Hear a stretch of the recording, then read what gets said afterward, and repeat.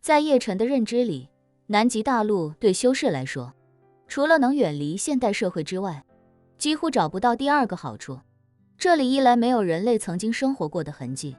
二来没什么珍稀动植物，在这里修炼，等于既找不到法宝，又找不到材料。自己如果不是为了追极光，也不可能这么大老远跑来这种地方。可是那破青会的长老既然亲自来了，还收了整个日本科考队当他的奴仆，想必一定在寻找什么自己不知道的好东西。某一个瞬间，叶晨本能的有些心动。若是南极真有什么好东西，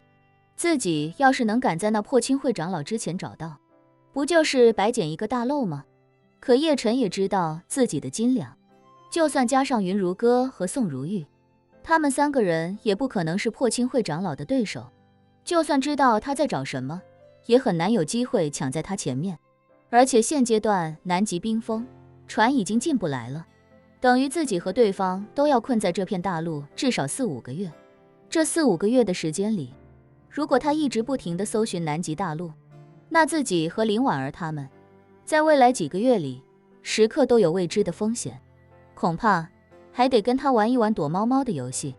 不过叶晨也不想就这么坐以待毙，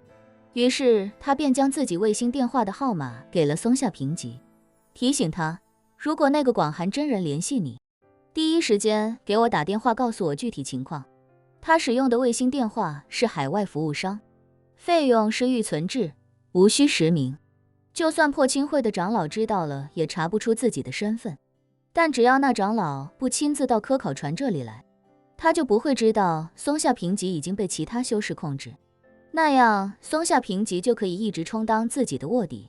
除此之外，叶晨询问松下平吉，船上的监控目前是什么状态？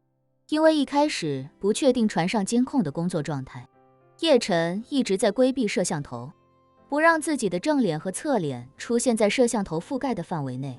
无可避免的也被他提前遮挡。松下平吉回答道，目前全船的监控全都开着，不过没有同步到云端，除了船上的数据中心保存了这些监控画面之外，其他人还得不到这些数据。叶晨问他能否将这些画面传到我指定的服务器。叶晨的帝王系统得益于地面无数自动贩卖机的自带摄像头，这些摄像头会把捕捉到的所有人脸上传到服务器，而他的 AI 模型也会实时在服务器内进行抓取，继而对人脸进行识别。所以只要这艘船的监控画面能够上传到指定服务器，那这整艘船都会成为帝王系统的一部分。松下平吉对叶晨说，数据上传没什么问题，我们船上搭载了好几套卫星网络，光是公用和私有的星链设备就有8套，完全可以用来上传监控视频。那就好。叶晨放下心来，叮嘱道，我稍后把服务器地址给你，你要尽快安排。没问题，松下平吉恭敬地说，我一定会尽最大努力，尽快落实这件事情。叶晨点点头，说道，你现在就去操作，我在你的房间等着，通知你的船员，任何人不得靠近你的房间半步。好的，松下平吉虔诚地说，您在这里稍等，我去安排落实。叶晨想起什么，有叮嘱他，对了，科考站的人什么时候还过来？松下平吉想了想，说，他们组织了一个油料运输队，每天都会过来运输1到2趟燃油，再过2-3个小时应该就到了。科考站的燃油消耗量极大，别说是南极的冬天，就算是以往南极夏天的时候，他们的科考站也没有过现在这么多人，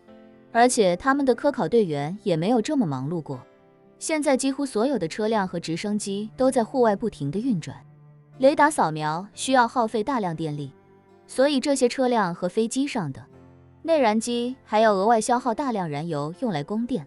日本的科考直升机在冬季搭配开机冰雷达的情况下，1小时的耗油量就差不多2吨，是绝对的油老虎。为了保障这些设备的运转，日本科考队组织了一个专门的油量运输队，用1台雪地拖拉机搭配一个重型油罐拖车，每天运送满1车燃油回去。而这种油罐车20吨的容积，拉一趟也就只够直升机使用。叶晨听说运输队要来，便问松下平吉，有关运输车有没有定位功能和视频记录的功能？有，松下平吉解释道。其实每一辆在南极科考站使用的车辆都配备了 GPS 定位以及物联网系统，而且这些数据都是国内主管部门开放的，他们可以实时监控车辆位置，甚至是车辆周围的实时视频。不过我们已经奉命把所有车辆的网络模块都拆掉了，没了网络，视频和 GPS 坐标也就无法进行上传，国内主管部门也就跟踪不到了。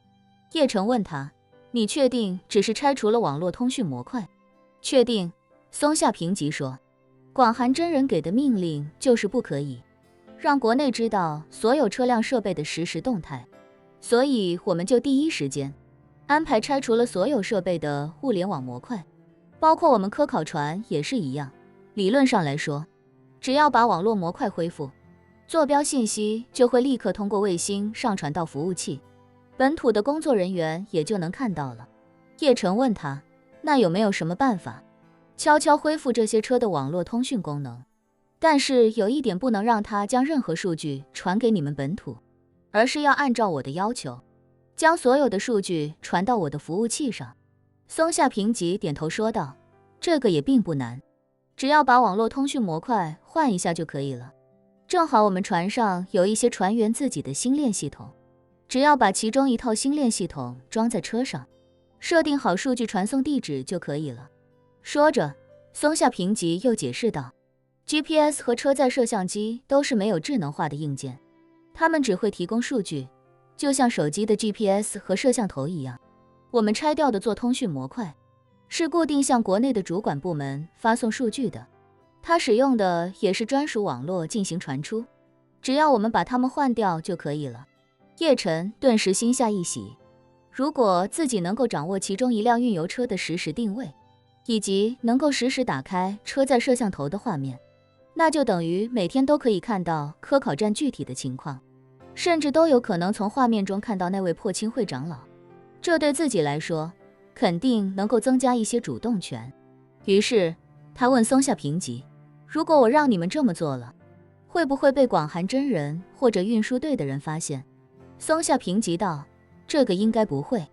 所有的设备都是集成在车顶的，把星链终端塞进去大概率也不会被发现，除非他们哪天需要把原本的专属网络恢复。叶晨微微一笑，开始推演其中的逻辑。首先，那位长老修炼多年，大概率不懂这么专业的问题，所以他不可能提出特别专业的命令要求，比如直截了当的让他们拆除专属网络模块，一定是通过口头命令，让科考队用自己的办法确保不暴露，科考队自己想出的这个解决办法。其次，这帮专业人士既然选择拆除专属通讯模块，那按照正常的思维逻辑，就等于一部手机被拔了卡，断了网，专业人员按照自己的专业知识解决了问题，就等于完成了任务，应该不会定期再回头去查手机卡的卡槽到底有没有重新被插入一张别的卡，这是不符合工作逻辑的。再次，灵气感应不到信号，也就是说，即便这辆车的网又通了，那看不见摸不着的信号频率，对方也根本不可能发现，